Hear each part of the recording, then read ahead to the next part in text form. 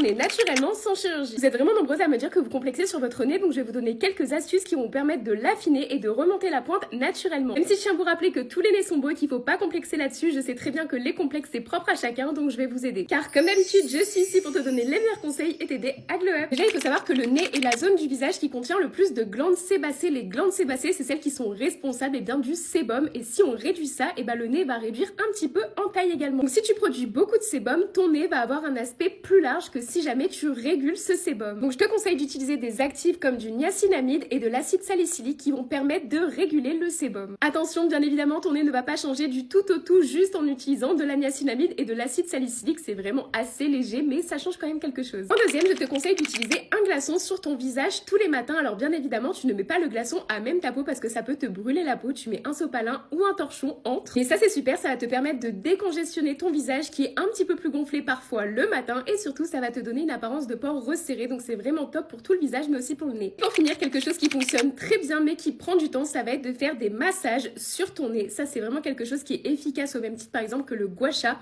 mais ça prend du temps. Premier exercice, tu peux faire celui-ci, donc tu vas mettre ta bouche comme ça et tu vas remonter la pointe comme ça vers le haut 15 fois environ, mais il faut vraiment que tu le fasses matin et soir pendant un certain temps déjà pour avoir des résultats. Deuxième exercice que tu peux faire, c'est avec une pression assez ferme. Tu vas pouvoir vraiment venir appuyer ici sur le cartilage pour essayer un petit peu de le remodeler. C'est encore une fois pas forcément magique, mais ça aide. Il faut vraiment bien que tu partes d'ici et que tu remontes vraiment jusqu'en haut, là vraiment jusqu'à l'arête ici. Il faut que tu mettes de l'huile ou quelque chose d'hydratant pour que ça glisse. Il faut vraiment pas que ça accroche la peau quand tu le fais. Comme mouvement, tu peux également faire celui-ci. Donc tu vas essayer d'appuyer une pression assez modérée et tu vas repartir par là. Tu fais ça encore une quinzaine, une trentaine de fois. Vous n'allez pas forcément avoir des résultats en 1 ou 2 semaines, ça va vraiment plutôt se compter en mois et il faut être très rigoureuse, donc c'est-à-dire tous les matins et tous les soirs, il va falloir faire ça. Je vous le rappelle encore une fois que vos nez sont très beaux, ils vont très bien avec l'harmonie de votre visage, il faut pas complexer dessus, chacun a un nez différent mais qui va très bien avec son visage. Comme d'habitude, je vous fais des gros bisous mes stars.